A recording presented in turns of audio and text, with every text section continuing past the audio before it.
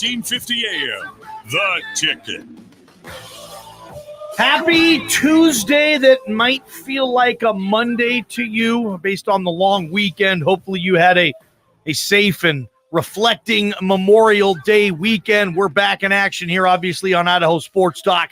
We're Prater in the ball game. Touchdowns for tickets coming up this hour. Keep those phones handy. A little bit of college football talk, NHL Stanley Cup Finals, and NBA Finals on the horizon as well. Those two series getting ready, and maybe an Idaho Steelheads update too, Prater. But here we are, hour number 3, bud. How you doing, pal? I'm doing well. How you doing? Good.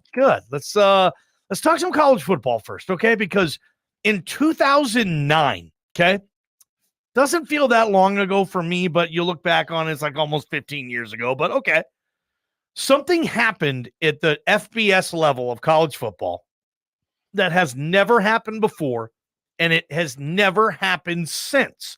And we seem to think, or you more than me, that it might slightly be in play this year for the Boise State football team. It has absolutely 0% chance of happening. Okay. Let me make that perfectly clear. I thought you said the chance. No, we're talking about speculation. We're talking about if, is there a chance? Yeah, sure, there's a chance, but I've never predicted anything. And it's college football's been around for 100 years.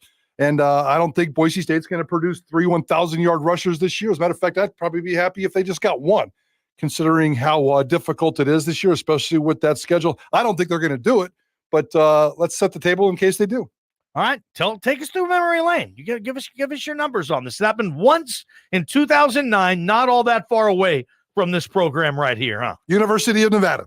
University of Nevada was the only one, and you guys may have picked that up. You might have remembered that. There's all kinds of stories out there about the 2009 University of Nevada football team. They came here to Boise in November of that year, got their butts kicked 44-33.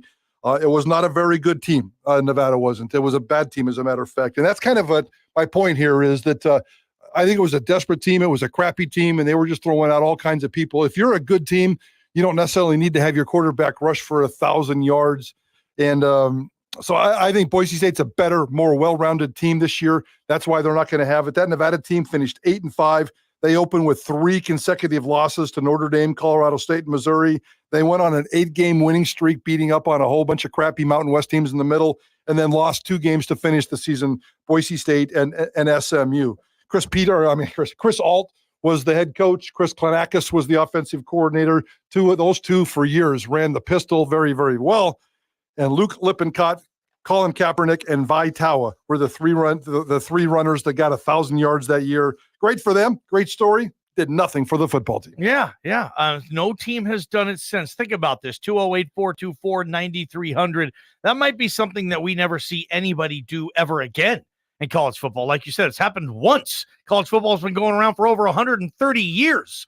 It's happened one time. So, but if you look at Boise State last year, GeorgeHolani, 1157, Ashton Jeanty, 821 yards, and Taylen Green, who didn't get the gig full time until week 5 on the season, ran for 588 yards. Like Boise State came kind of close on that.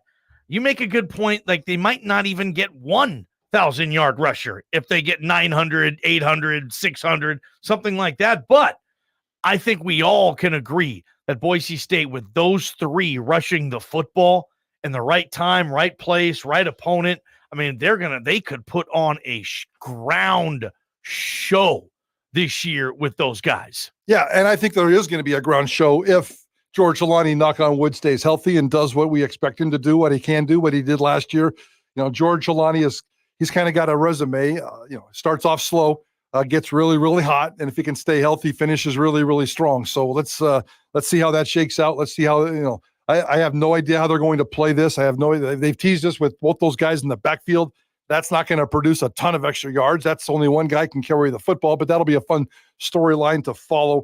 And we'll see how that shakes out. Nevada, they did it. They spread it all out. I mean, Luke Lippincott, about every other game had a 100-yard game. He finished with 1,034. Colin Kaepernick, we all know him. I mean, he had the monster game. Sorry, it was against the Idaho Vandals. 230 yards rushing. That's what kind of got him over the hump. And he had 5 100-yard rushing games that season, but the 230 yards, and then he had 173 against UNLV. Those were his 2 big ones. Okay. So he got, about half of those yards in almost 2 games, man. Yep. Luke Lippencott's highest was 170 against UNLV. Vitale, I forget how unbelievable this guy was. This guy was an absolute beast. As a matter of fact, his 09 season was his worst season. He ran for 1,345 yards that year. He ran for over 100 yards in every single game he played except for one. He had 95 in the second game. He opened up with 114 yards at Notre Dame, ran 95 yards at Colorado State, didn't finish the game, didn't play the next week against Missouri, and then finished with over 100 yards in every single game for the rest of that season, finished with 1,345 yards. The very next year, he ran for 1,610 yards.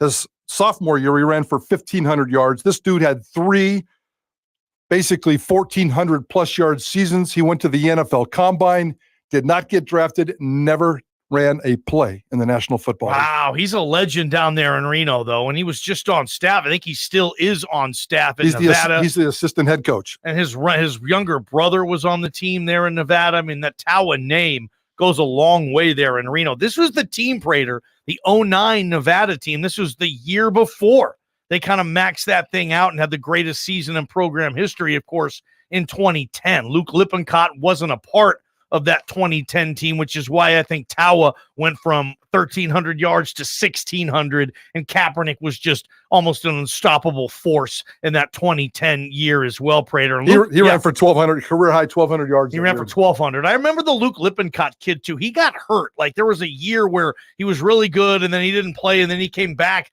that year where he had 1,000 yards, too. So that's the only year it's happened. How close can Boise State even get to this? Like, can Boise State, if Air Force has a down year, and they might, according to, Bob Beeler says they got a new quarterback. When Air Force has a first-year starting quarterback, they tend to struggle. I don't know if Boise State can have 3 players get 1,000 yards like that Nevada team, even though as talented as these 3 are that Boise State has. Can they outrush Air Force? That would be crazy for me, and that's probably a no, too, but maybe they can keep it close. I think they're going to ground and pound this team, Prater. I think they have the tools, the talent, and the ability, and I think Bush Hamden will want to keep this thing going. What do you mean ground and pound? What does that mean? Yeah, I think they're going to run the hell out of the ball this year. I think they're going to be terrific at it, up tops in the conference, maybe up tops in the country. I think you're going to have, I'll say right now, you'll have at least 1,000-yard rusher, okay? And it might be 1,200. And then I think you're going to have someone probably between 800 and 950 yards, kind of like last year with Jeanty. And then can Taylen Green rush for more than 588 yards, which is what he ran for last year? That's the question I want to know, because we've asked Bush that stuff. And I remember Bush Hamden, new OC, says, according to Taylen's running ability, what did he say? Use it, don't abuse it. So I could possibly see Taylen going down if they just don't run him as much, but who knows? He certainly has the ability. I can maybe make the case that he's the most gifted runner of the 3, Michael Forrest Prater. Yeah, but it's more than just running. I need a physical football player. That doesn't mean that Taylen Green can't be physical, but every one of his runs, he's scrambling. He gets down the sideline, and he just outruns everybody with those big, giant legs. I don't want to win football games that way. I want Holani and I want Jeanty to do what they have to do up the middle, and then when there's availability for Taylen Green to do that, to go off there. I mean, Colin Kaepernick had 3 1,000-yard seasons. Yeah. I mean, the year he ran for 1,100 in 2009 was his worst year ever. I mean, so I don't want Taylen Green running for 3 1,000-yard seasons. I want him passing 300 times a game. I don't think this is going to be a ground and pound team. I think we're going to see Taylen Green cut back dramatically on running the football. You do. And I think Ashton Jeanty and GeorgeHolani are going to split carries like they have in the past. And, they're both going to be very, very good. But I still see this football team throwing the football 300 times a game or 300 times in a season. Taylen Green's just too good at it, too much. And Bush Hamden's going to want to push that. So, yeah, they're going to establish the run. And I think that those 2 running backs are going to go after it. But I suspect Taylen Green's going to go downhill when it comes, not downhill. His numbers are going to go down when it comes to run. And I think that's okay. Yeah, it's okay. As long as they're winning and the offense is working, sure. Last year, maybe more of a necessity. use Taylen, but I saw this kid run, and we all did, 74-yard teeter in Corvallis, 91-yard touchdown on Black Friday against Utah State. The 2 longest plays from scrimmage last year was Taylen Green on foot. And a couple of those plays are going to happen, which is going to be terrific. Yeah, it's going to be a show for everybody, including Taylen Green and his overall athletic ability. Taylen Green has yet to have, Prater, a national breakout party yet. I think most people in the country, if you're a college football fan outside of the West, you don't really know who Taylen Green is yet, and that's fine. He only played half a season last year, and he won the Frisco Bowl, right? I mean, there's nothing to be seen, but this can be that year. Over under 500 rushing yards for Taylen Green. It feels like you might be thinking under there, and Bush wants under. What did he rush for last year? 600? 588. Under. Yeah, I think it's going to be right around the same. I think I'm going to go over.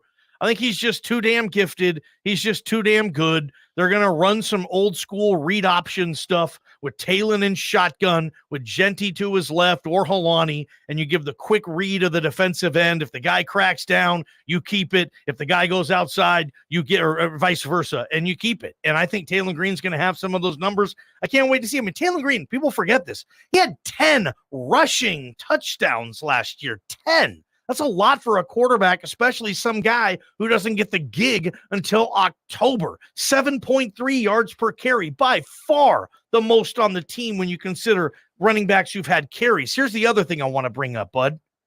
GeorgeHolani, 221 carries.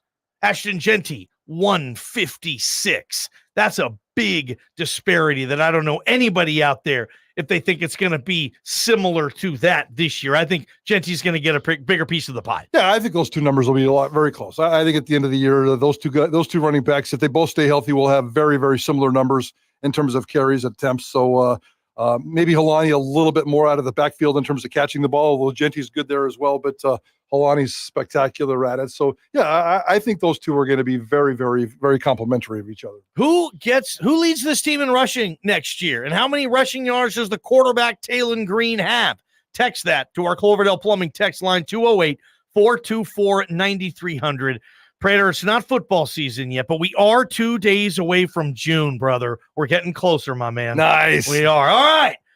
Sell us. We're going to sell you on the NBA Finals and the NHL Stanley Cup Finals. Reasons to watch. They're both these series starting this week. Hockey, I believe, on Saturday. The NBA on Thursday. So we'll talk that. Also, touchdowns for tickets coming up. Don't call yet, but keep those phones handy. It's Prater on the Ball Game right here on Idaho Sports Talk. You're listening to KTIK Sports Radio, The Ticket.